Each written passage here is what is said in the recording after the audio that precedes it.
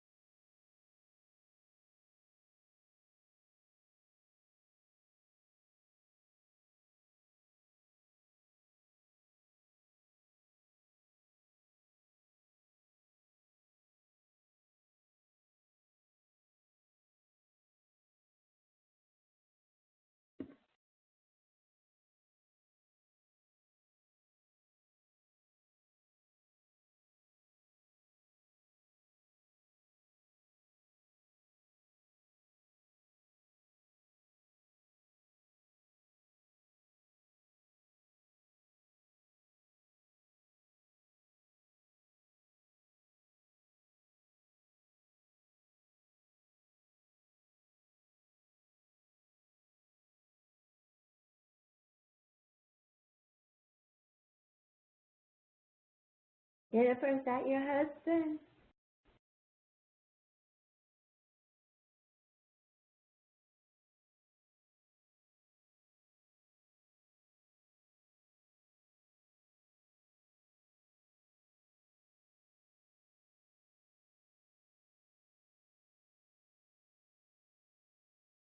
Okay, it's 7 o'clock, so we'll go ahead and get started. There's a lot of stuff in this chapter on genital urinary disorders, so we'll go ahead and begin. The GU system certainly plays a big role in homeostasis and keeping our bodies regulated by watching the water and electrolytes, sodium, potassium, chloride, calcium, phosphate, and magnesium. Those are a lot of big, heavy-duty electrolytes that it helps to regulate, make sure our body stays in balance. It also helps get rid of stuff that we don't need anymore, like urea and creatinine, some of the poisons that we might ingest, and that should just be drugs right there. It helps with acid-base regulation and hormonal secretions, which I guess a lot of people don't think about. Vitamin D has been part of a GU system function. Renin and erythropoietin and prostaglandins are more common things that people think of. But I had forgotten about the vitamin D, to tell you the truth.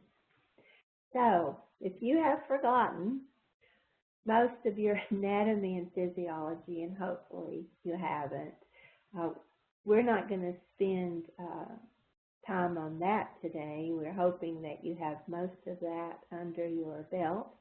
But if not, there is a video link right there for you that will help review that for you. And the cartoon is probably reflective of your teacher.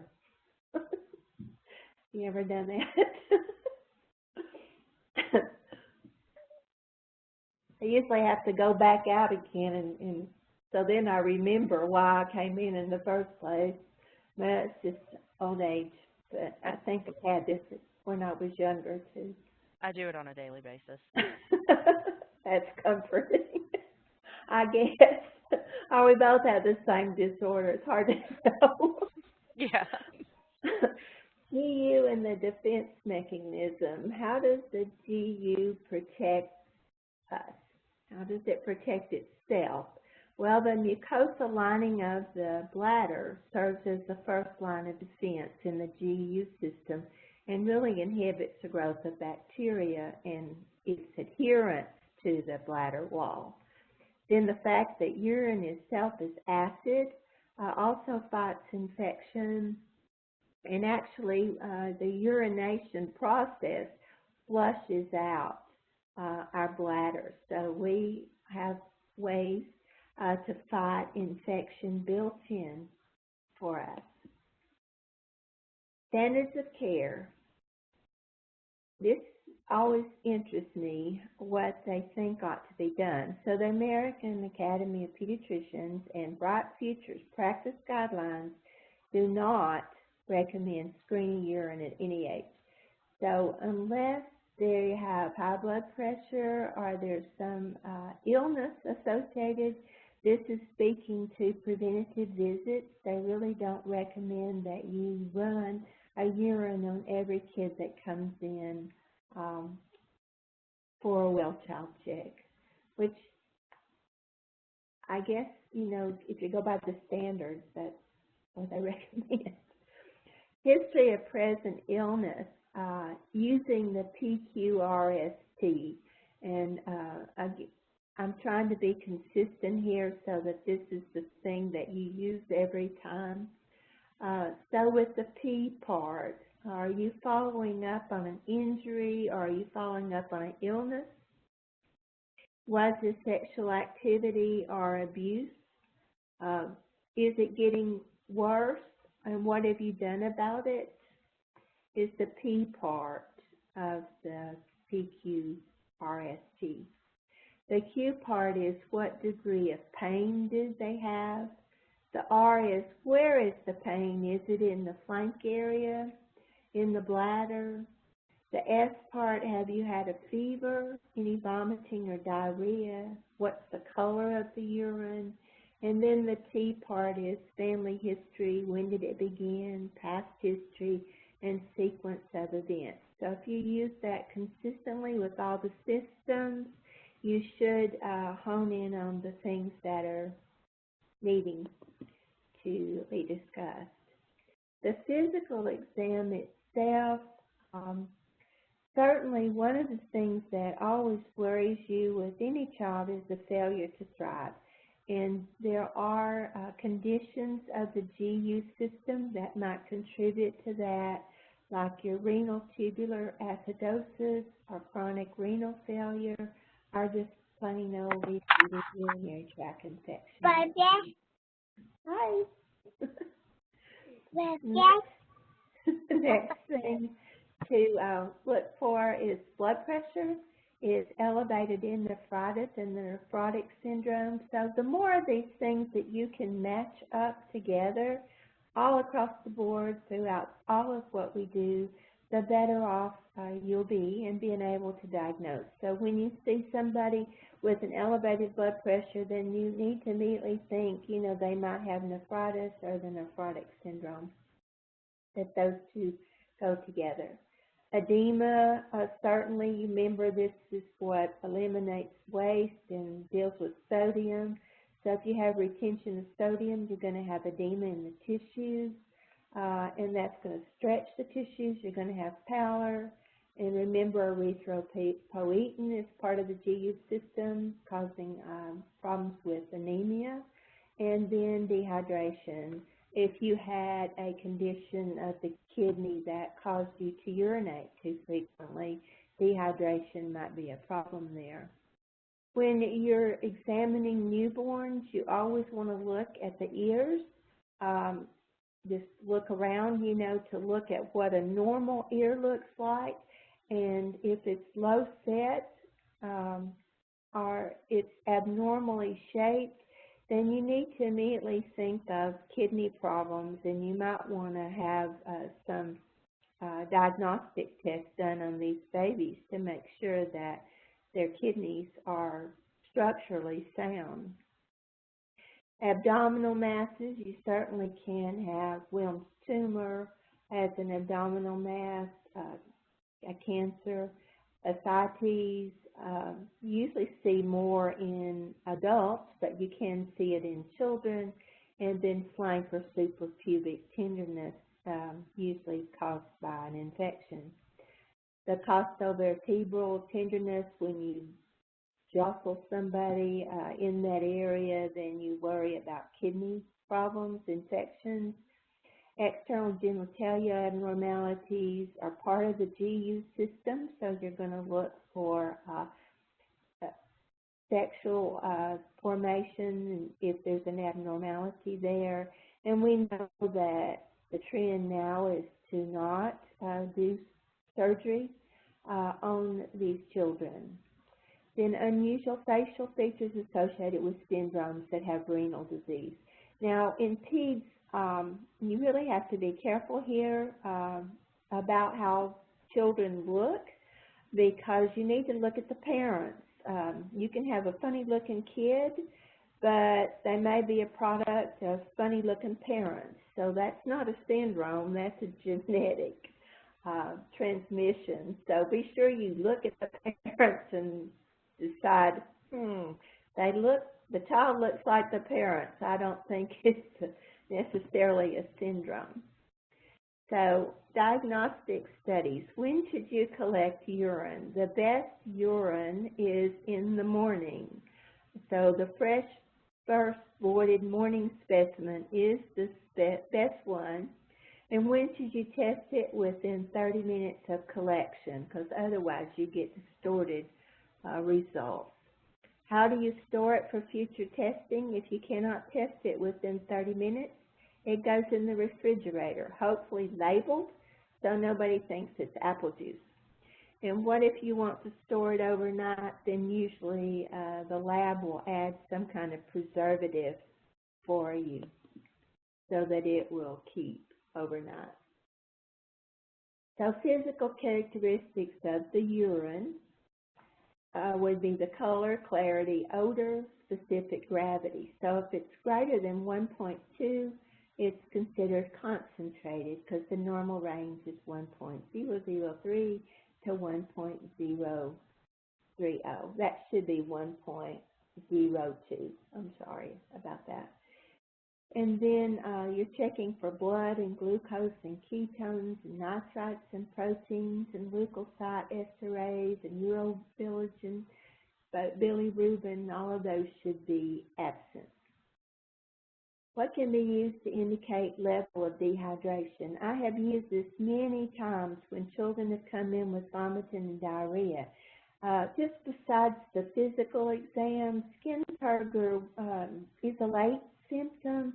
So in children, you're not going to probably see that unless they need to go on to the emergency room for IV fluids.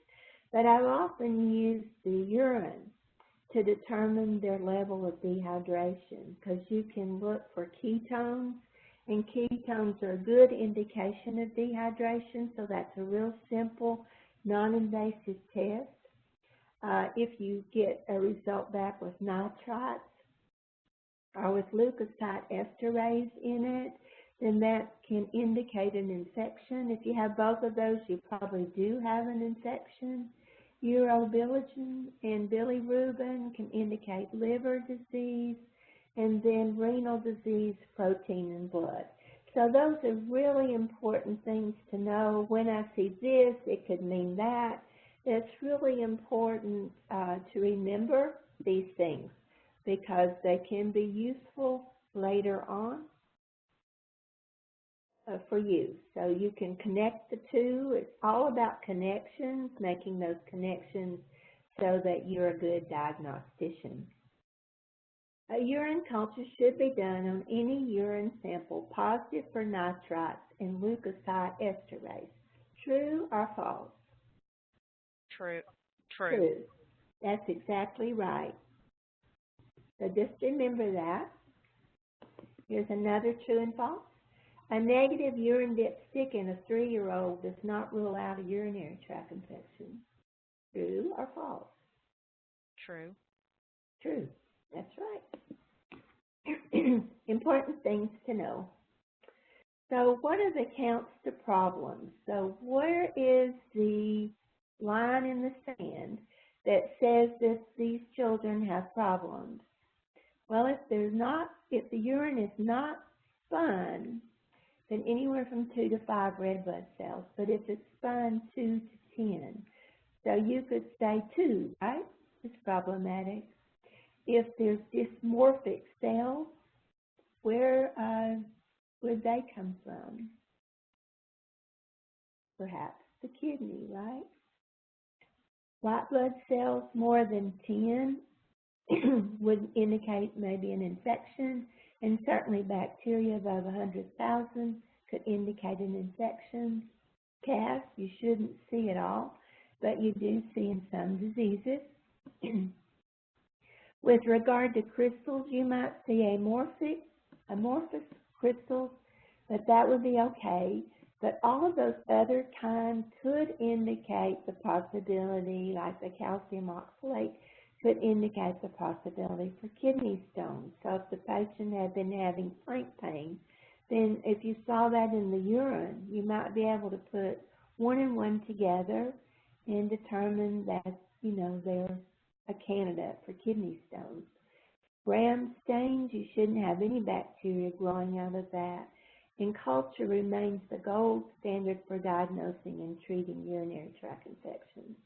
And cultures are good, whatever you use them for, because they help you to know if what you're treating them with is actually working. Okay, the blood work that you might order are things like a serum or BUN that estimates urea concentration. It's really a measure of toxic metabolites that can cause things like the uremic syndrome. Serum creatinine with creatinine clearance are used to estimate how well the glomerulus is filtrating and the kidney functioning. Serum electrolytes and acid-base balance can detect renal tubular abnormalities where they're reabsorbing the fluid. And serum procalcitonin levels greater than 0.5 are a biological marker for renal involvement during illness. So those are the typical, very common blood work that you would order if you were concerned about somebody's kidneys. Now, ones that you might order are things like ultrasounds. So you should order a renal or bladder ultrasound on children with the first positive urine culture and with fever and systemic illness. So it's real important to get these children early into diagnostic exams so that they're not going to have renal scarring or damage. If it's a lower urinary tract infection if it's a lower urinary tract infection, then ultrasounds of the bladder and the renal system would be in order. And if the renal ultrasound is abnormal, then you do that DMSA, which is seen on number 3, or the BCUG, which is seen on number 4. IVPs are done if you need to figure out about the structures of the urine and renal system. So that is in the order, 1, 2, 3, 4, of how you progressively use diagnostic testing on children that have questionable signs and symptoms. So Cecilia is a 6-month-old infant. I tried to, on these scenarios, when you're viewing them, remember that these are just not random ages nor genders. I always am putting in these scenarios for your case studies the most prevalent age and sex. So these are not just random stuff. They're meant to help instill in your brain, this is a girl, this is an infant, these are the ones that you probably would see. So Cecilia is a 6-month-old infant who presents to your clinic with fever, 39 degrees centigrade for 2 days or more, vomiting, and irritability. There is no known focus for the fever, a good clue to check the urine. Her only problem up to this point is bouts of constipation, hint, hint, which are usually treated successfully with Miralax and glycerin suppositories. Cecilia is a little thing, but she has come a long way since her preemie days. Hint, hint. Upon examination, her buttocks appear slightly irritated, and you observe the older sister wipe her bottom from back to front when changing her diaper. What is she at risk for? She's at risk for acute pyelonephritis. Okay. Her bag, this is the same, this is Cecilia continued. Her bagged urine shows nitrite and leukocyte esterase, and she is catheterized, which happens. If you first bag them, if they show some things that might be an infection, then you need to catheterize them. Her urine culture comes back over 10,000 colonies of a single pathogen. What do you think about those results? So, what do we think about that? A child with symptoms and a single pathogen, they are still considered to be infected. If the patient is toxic, should you get a culture and sensitivity or only a culture? You should get a culture and sensitivity. So if the patient is toxic and could have pyelonephritis, then yes, you want to do a culture and sensitivity. If the child is younger than 1, which she is, appears ill, or if pyelonephritis is suspected, then the other tests that you would do for her are things like CBC, yes, ESR, C-reactive protein, BUN, and creatinine, and serum procalcitonin may be useful if you're trying to figure out if the kidneys are involved. So it's important to remember that bag urine first, and then if it's a baby we're looking at, then they really need to be catheterized. Any child with acute fever without a focus, failure to thrive, chronic diarrhea, or recurrent abdominal pain should be evaluated for a UTI. So that's written in red for a reason. Kind of like, ooh, notice this. So which goes to the hospital and who gets treated? First one, absence of leukocytes on urinalysis. Second, lower tract symptoms but no fever. Third one, febrile, older than 3 to 6 months, well hydrated, no vomiting, no abdominal pain.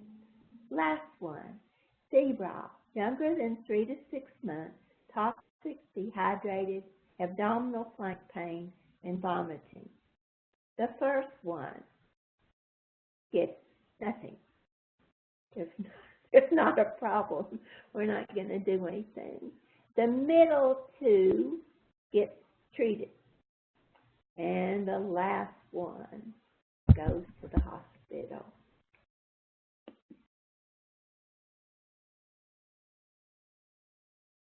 Which statements are correct?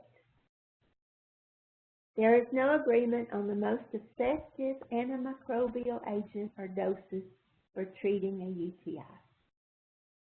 Short-term antibiotics for 3 to 5 days may be as effective as 10 days. Children 2 to 24 months and febrile children need 7 to 14 days of antibiotics. Last one, choice of antibiotic based on regional antibiotic resistance, not culture and sensitivity. The first one is correct. The second one is correct. The third one is correct. The last one is not.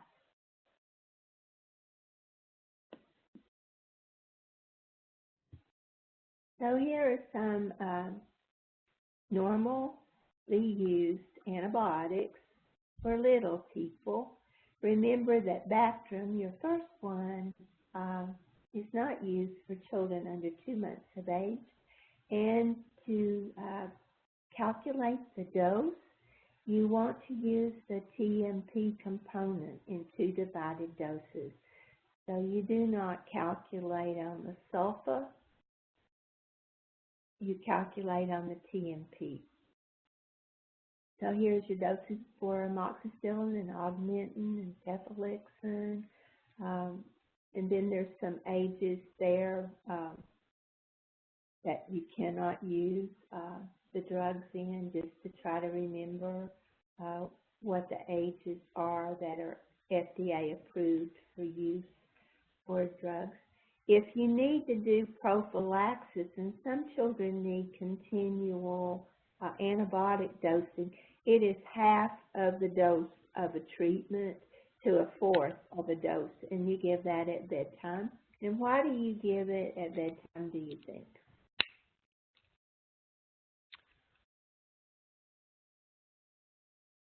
Because they hold the urine at night? That's right.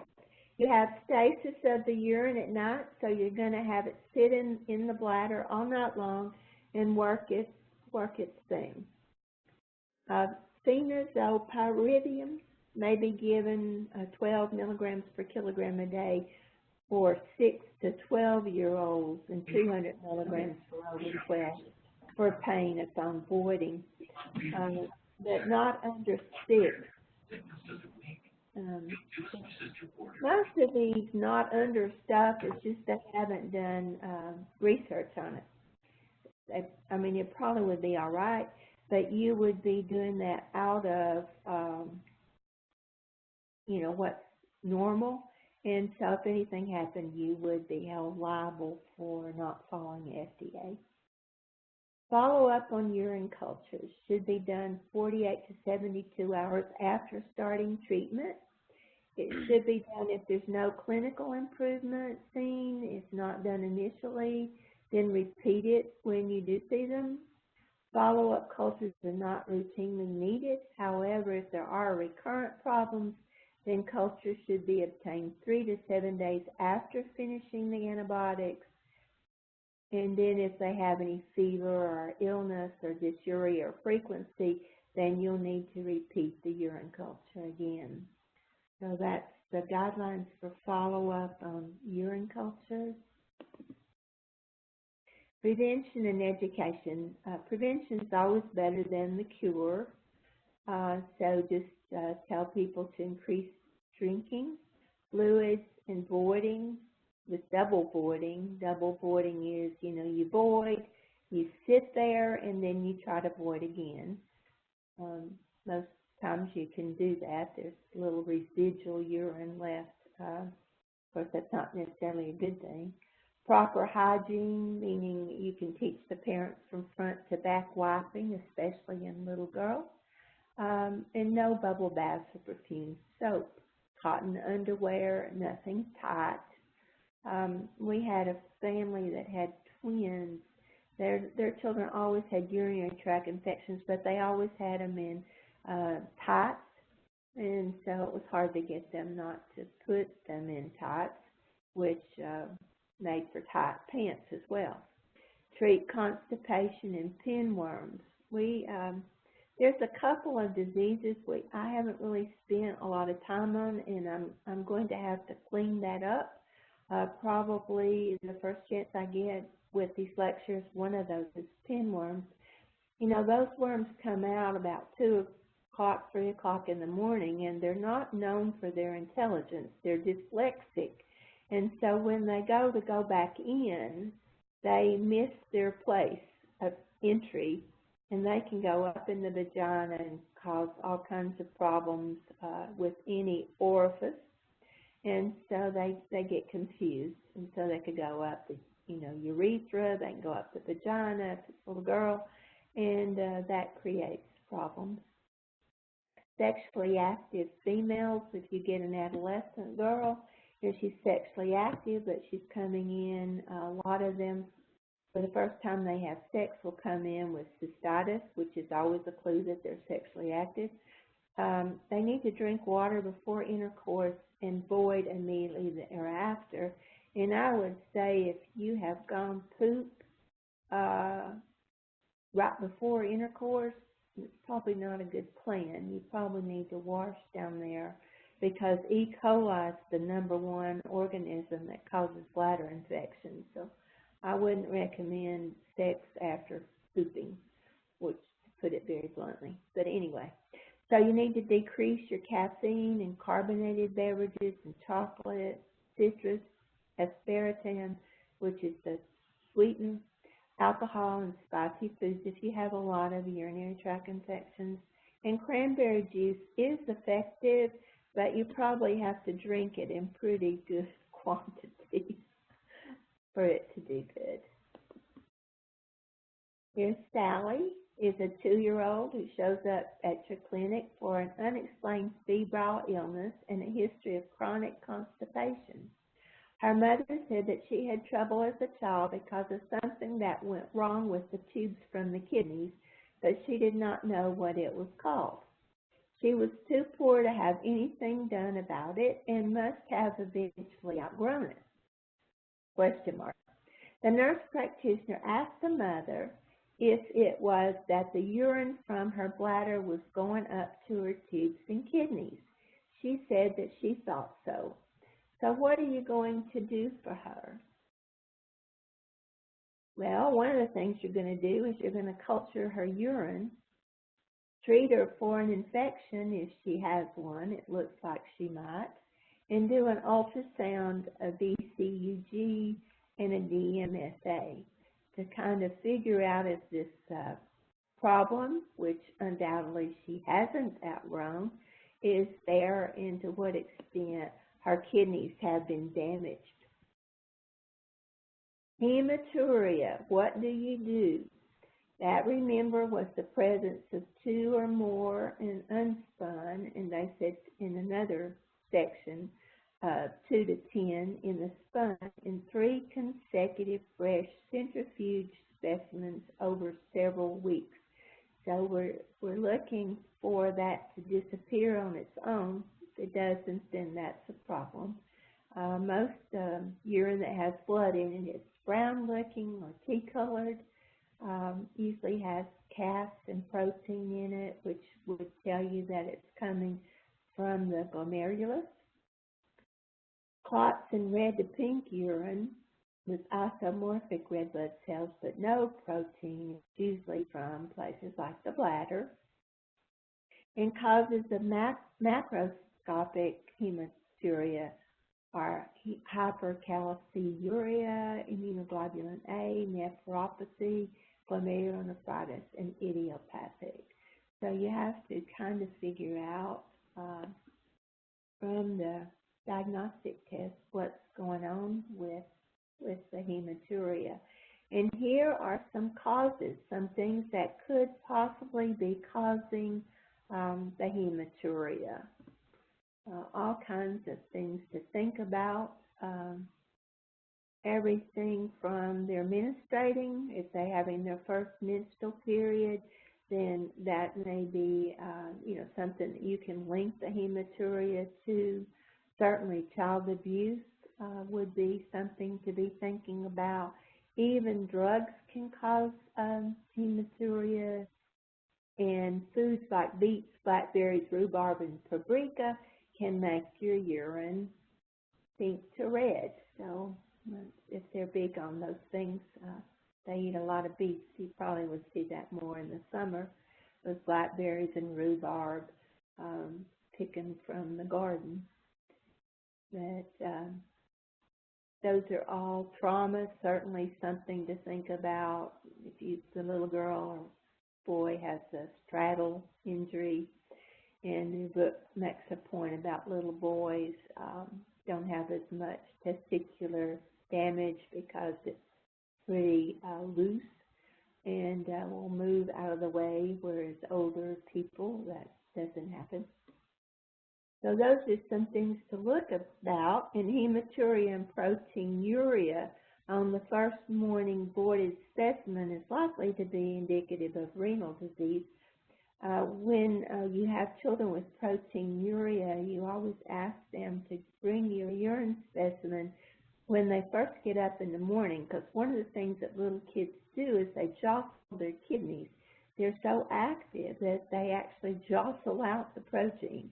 But if you get it in the morning, you don't see that protein in there, then you know they don't have renal disease.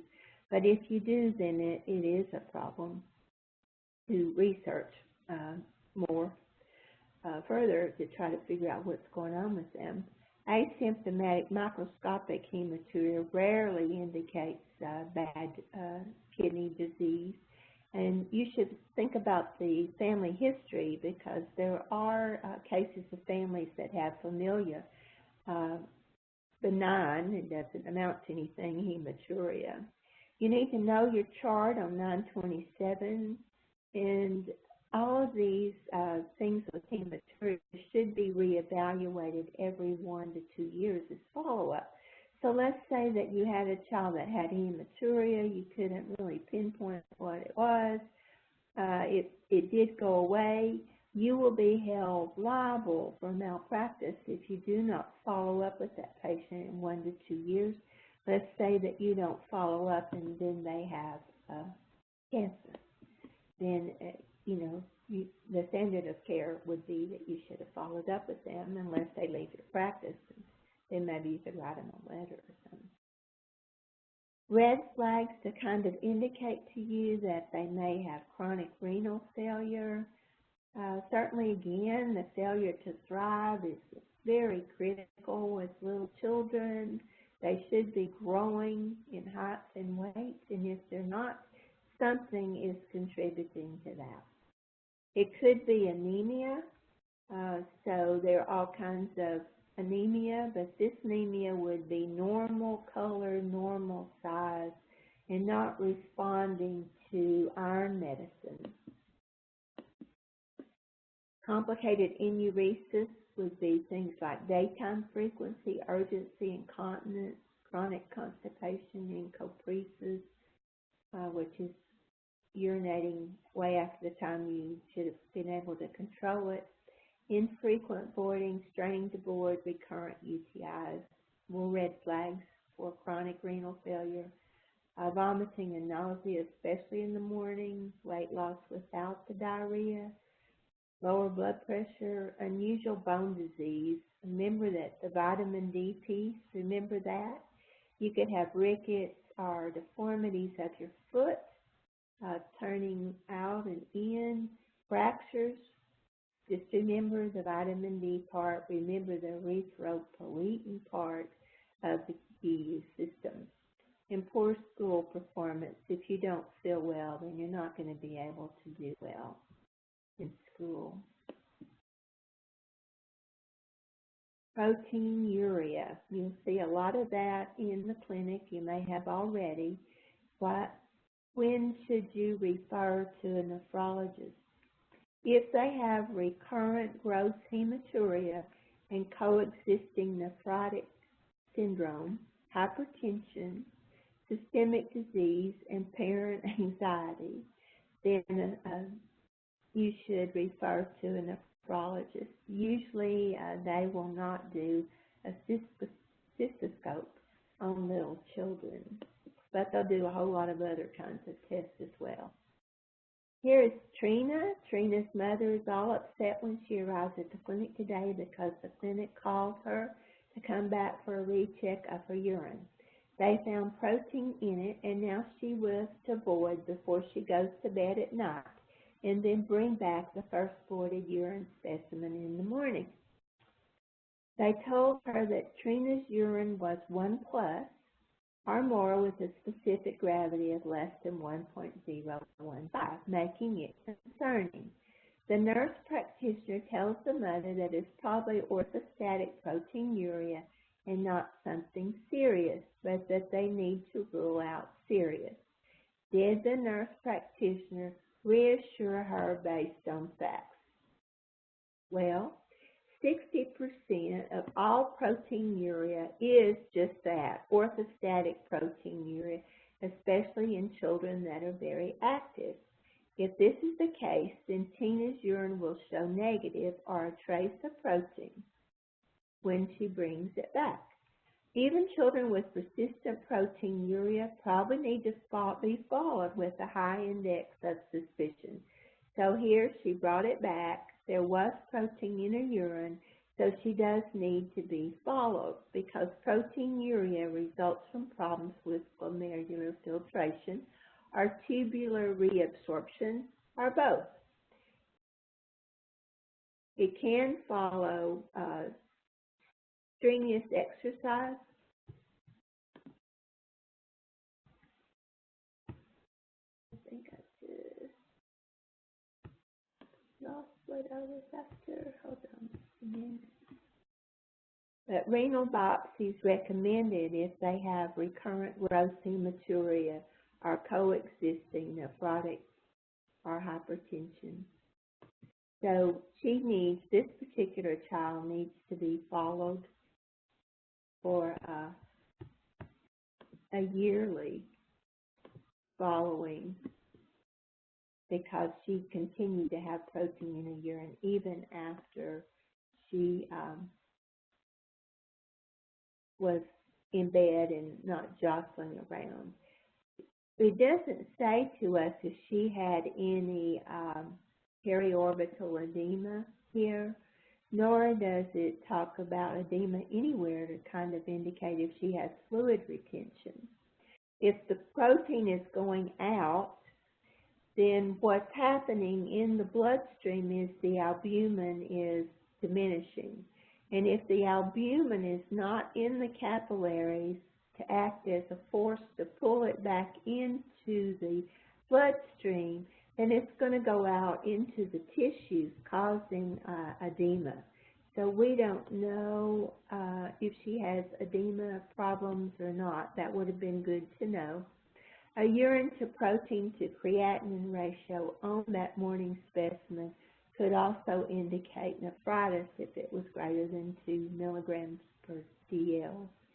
If the protein was greater than 4 milligrams per DL, which hers was 1+, then we need to check the complete blood count, the electrolytes, the BUN, the creatinine, the albumin to total protein, C3, C4, cholesterol, liver functions, and urine culture. In other words, she needs a major GU workup with probably an ultrasound of VCUG. So she needs to be evaluated for systemic disease like hepatitis or immunodeficiency disease, TB, anti-nuclear antibodies, ASO. So there's lots of ways to go here, but she does need to be followed up for sure because she shouldn't have had any protein in her urine after she went to sleep at night and then woke up. And you do ask them to void before at night before you start to collect it. When to refer. These are all the reasons to refer to a nephrologist for problems.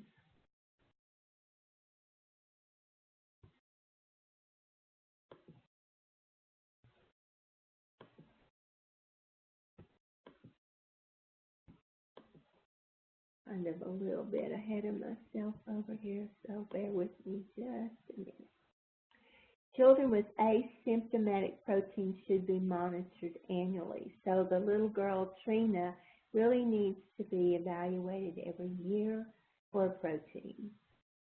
And these would be the children that you would refer that are really beyond our scope of practice.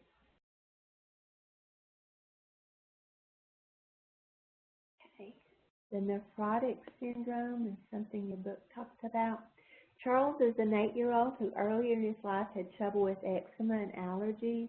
Today he comes to the clinic because his urine is pink tinged and he has a headache. His mother noticed that he had swollen eyes in the morning, had not been eating well, and was tired. Even his scrotal area was swollen if he sits a lot. A urinalysis revealed 3+ protein casts, microhematuria, elevated specific gravity, and fat bodies. He is referred to a nephrologist after further studies. What are some classifications of drugs that he may be given to have a long-term positive outcome? Well, certainly corticosteroids are used in the nephrotic syndrome to reduce the inflammation. Diuretics are used to help relieve the fluid. Albumin replacement is used to help the bloodstream be able to pull the fluid back into the bloodstream out of the tissues. And then there's things called cyclophosphamide and cyclosporin are used if the child does not respond to steroids. So the prednisone is about 2 milligrams per kilogram a day to kind of start the remission process, and then it's continued for 4 to 6 weeks and gradually tapered off. Relapses are treated with a short course of steroids again and weaned as soon as the proteinuria resolves. Salt, you might have to restrict it. And live vaccines can be given 1 month after they're off of their steroids. Anytime they have a fever, you need to work them up for sepsis and give them broad-spectrum antibiotics until you know what the organism was that caused their problem. With the nephrotic syndrome, there are remissions and exacerbations, so they do get better and then they have another bout. The best prognosis is if they initially are able to respond to the steroids. Adeline is a school-age child that had a streptococcal pharyngitis 2 weeks ago. Now she's at the clinic with chills, fever, backache, vomiting, abdominal pain, and lethargy. She has periorbital edema and hematuria. Her ASO titer is elevated. That's the anti-streptolysin titer, which occurs after you've had a strep infection. So what are you going to do for her? Well, you're going to send her to the nephrologist for possible admission to the hospital for fluid and sodium limitation, diuretics, antihypertensives, and antibiotics. Once she starts the diuresis, then she's on her road to recovery, and it may be years thereafter this event that she has hematuria in her urine. And certainly there are many complications with acute glomerulonephritis, from renal failure to encephalopathy, from hypertension to congestive heart failure. So this is no mild disease. It's not one that you would treat. You would refer. Jeremy was premature and had never really been on any growth curve since birth, with both height and weight being off the chart. His condition came to light whenever he was treated for dehydration. He has progressively had a poor appetite and is irritable right before meals, but okay after he eats. If he could have his choice, he would rather drink fluids than eat solid foods. He is both urinating and drinking a lot. He seems like he has increasing weakness in his legs and arms. He is progressing normally with regard to development in the cognitive and social realms. He is sent to an endocrinologist because they are concerned about diabetes. This doctor refers him to a nephrologist because of his metabolic acidosis, hypochloremia, and hypokalemia. What do you think that they will use to treat his condition? He has renal tubular acidosis. He has all the history that goes along with that, and there are oral alkalizing medication that everything from bicitrol, polycitrol, sodium bicarb tablets, or you can put 8 ounces of baking soda in 2.65 liters of distilled water and get 1 milliequivalent per cc of bicarbonate. So you start with 3 milliequivalents and titrate up until the bicarbonate in the blood is 20 to 22. The response to medication helps confirm the diagnosis, and they need, of course, meticulous follow-up. So you need to weigh them on the same scale as anybody that has fluid problems. They need to be weighed on the same scale every time. They can have kidney stones here because of hypercalciuria.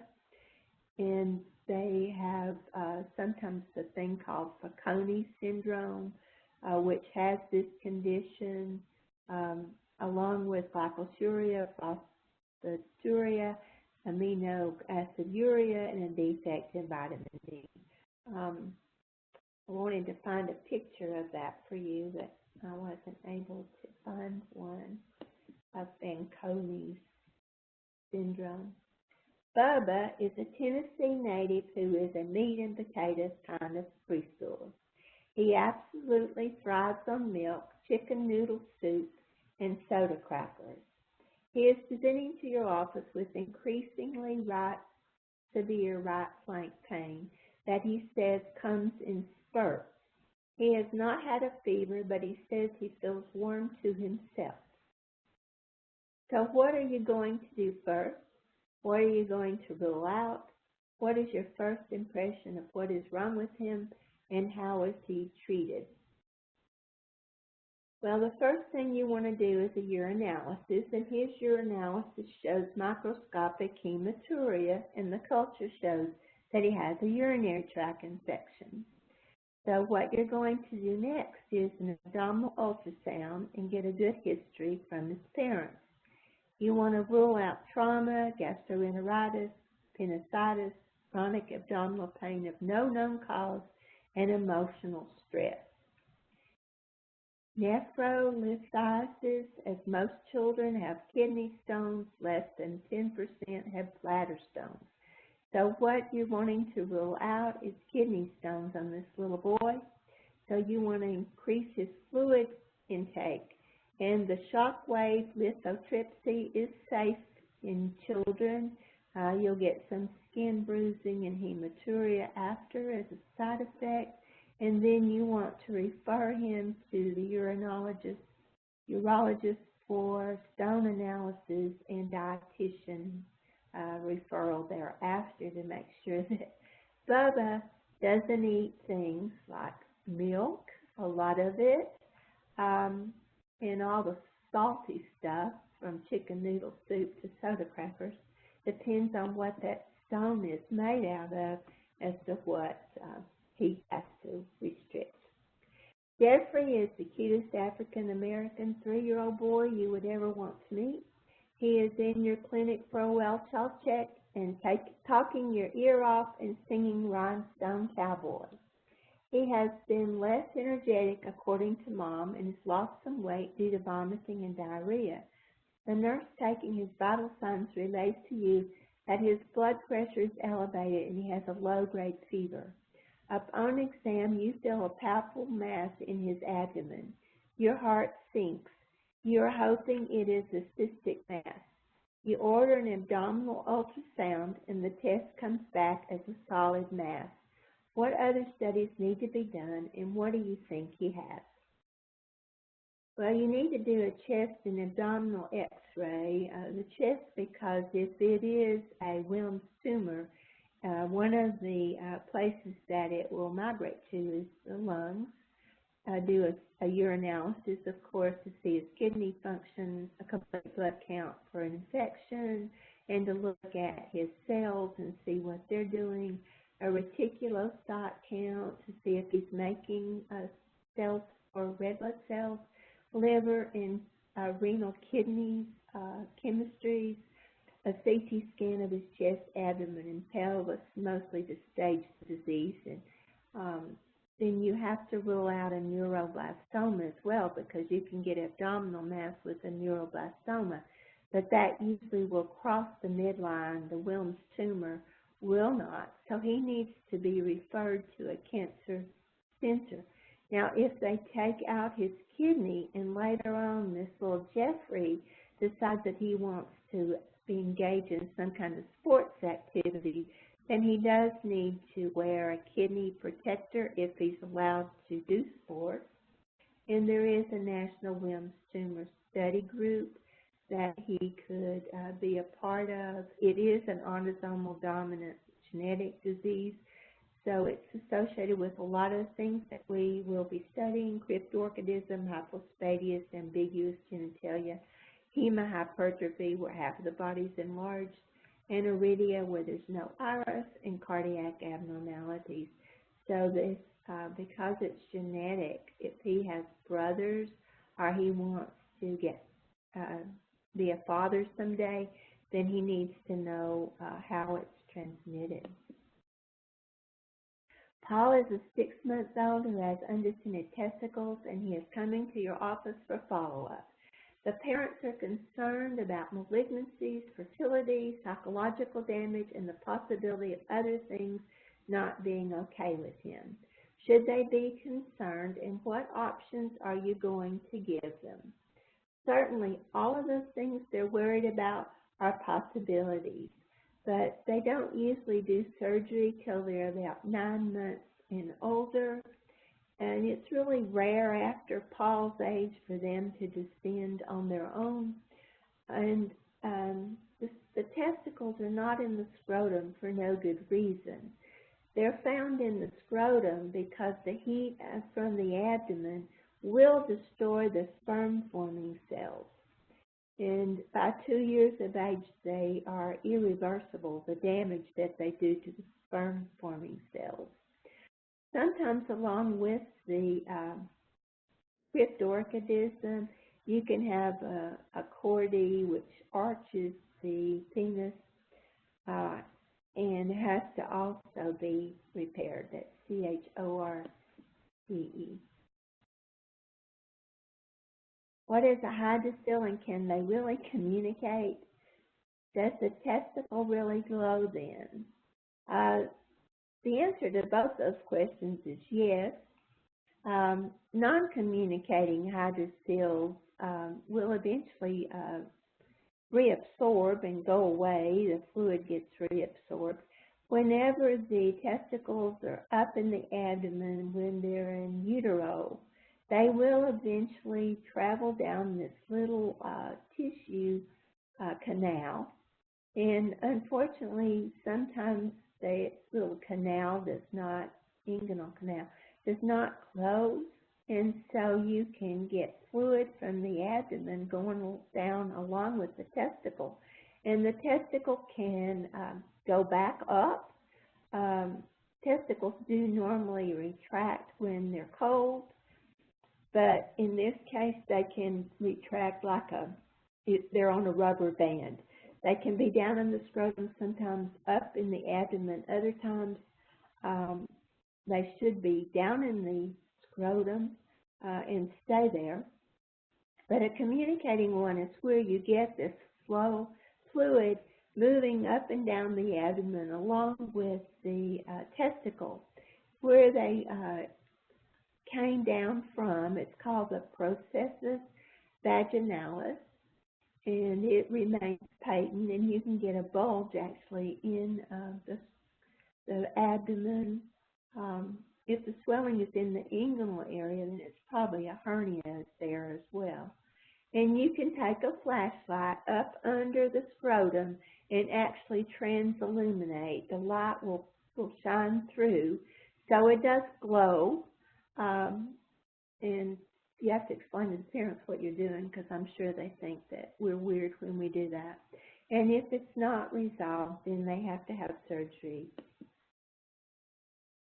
by 1 year, after 1 year of age. What is a painless scrotal mass that is superior and posterior to the testicles and transilluminates, and how is it different from a varicocele? Well, a varicocele is an enlargement of testicular veins that is painless, and it feels like a bag of worms, usually on the left side of the scrotum. It occurs after, puberty for the most part, and before 10 years of age, it could actually be a malignancy. With the varicocele, they have like a feeling of dullness or heaviness. It hurts when they stand. It's relieved when lying down. Ultrasounds are ordered. If it's painful, then you need to refer.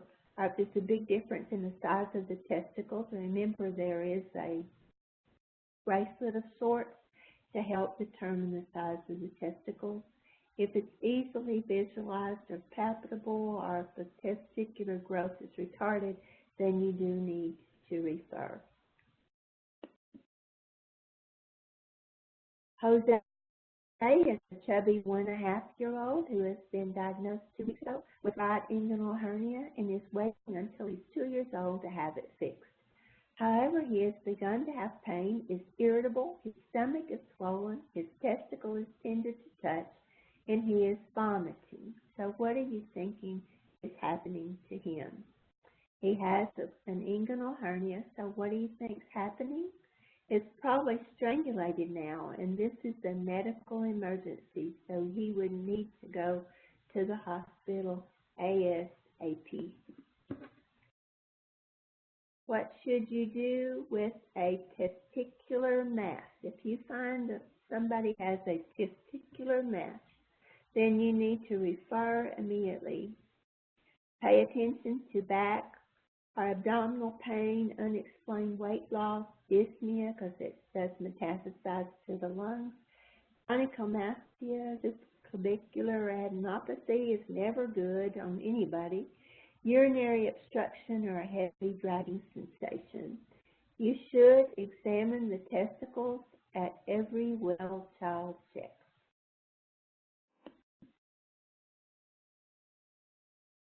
Sometimes you get little boys with an inflammation infection of their foreskin and glands, and this is usually because they are not cleaning very well in that area, and the debris accumulates there and leads to infection.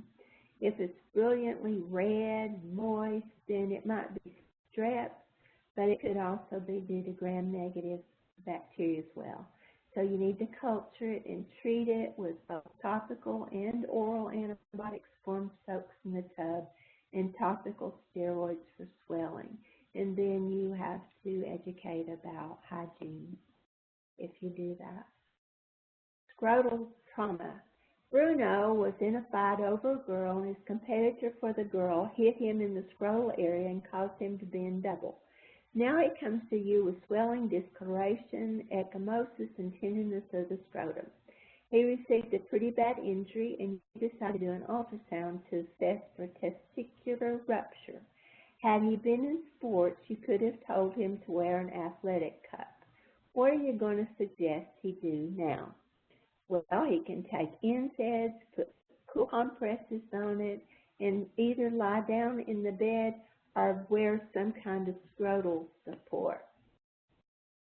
George, an adolescent, has been involved in weightlifting this week, and he arrives in his clinic with a sudden onset of left unilateral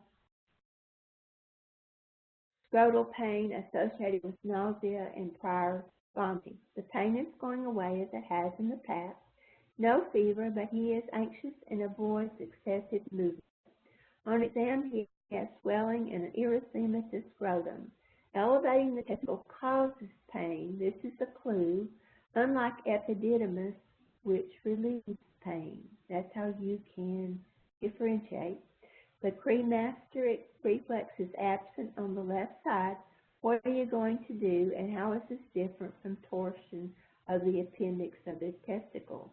Well, he has a surgical emergency. Torsion of the appendix of the testicle is gradual scrotal in boys 2 to 10 years of age. There is a blue dot sign, which is a subtle blue mass visible through the scrotal skin. Management includes NSAIDs, limited activities, or bed rest until the pain is gone, and warm compresses. We're running a little bit over, but I need to go ahead and finish this. Fonz is a sexually active adolescent that comes to the clinic today. You notice him holding his scrotum to elevate his testicles, spring sign. He has some purulent urethral discharge, and the cremasteric reflex is absent. Scrotal edema and erythema are noted. The nurse practitioner orders a urinalysis, CBC, and STI testing. She does a urethral swab for culture and gram stain. She sends him for an ultrasound, orders him rostablin and doxycycline twice a day for 10 days. Since he had one testicle only involved, she sent him to a urologist. She asked who his sexual partners were in the past 60 days and told him not to have sex until he is cured. Follow up in 3 days if no improvement. Follow up after antibiotics is recommended. So what does he have? What is he doing? Epididymitis. Yes, because he's elevating his testicles, isn't he? Mm-hmm. And that's the clue, the difference between one and the other, an important thing to remember. And that ends the talk. We're about over by 3 minutes. I think we covered a lot in a short period of time. I hope that helps. And remember that all of the scenarios are there for a reason to help you connect with what the prevalence is and all of that to help you with the diagnosis. Okay. Y'all have any questions? I had one question back when we were talking about urinary tract infections. If a culture comes back with just positive leukocytes but negative nitrites, would you still culture it or would you just assume that that's just contamination? Positive nitrates. Well, I think the other things to look for are the red blood cells and the white blood cells, if you see any of that in there. And it probably depends on if they have symptoms or fever, of whether you would culture it. You might have them come back in, for a recheck in case it was contamination. You might say, I'd like to follow up with you in a couple of days. If they had no symptoms, then you might just do a have them come in and just collect the urine, not even necessarily see you. But maybe if they continue not to have symptoms, to have them come back at the end of the week or the first of the week, depending on when you saw them, to just bring a urine, do a urinalysis. So you could put the order in for them to follow up. But if they don't have any symptoms and you're only seeing one thing in there and nothing else, then I probably would just have them not see me again, but bring the urine in and recheck it in a couple of days and see if it goes away or not. Gotcha. But it really matters if they're having symptoms or fever. I mean, definitely you would want to do a culture and sensitivity if they were having symptoms that go along with it, or you saw something else in the urine that worried you. But normally what I do is, if it's not clearly evident and you think like hematuria that it might go away, or you're not sure if the menstrual period actually ended when it should have, and maybe that's why you're seeing the hematuria, then you can have them come back in just for labs. That they don't have to come, they're more likely to do that, to just come back in and get a urine specimen for your analysis than to see you again and have to pay your fee. But I usually just have them come back for some kind of lab work. And then you can, make sure you've got a good phone number for them, and then you can call them and tell them, it's gone away, I don't see anything, or there is something now, we need to treat it. What pharmacy do you want me to call your medicine into? Okay, any other questions?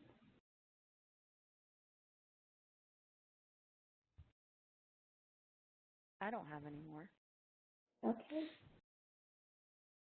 Not hearing any more, then we'll call it a night, and I will see you all again next week. Good night, bye. Good night. Bye, everybody. Good night. Good night.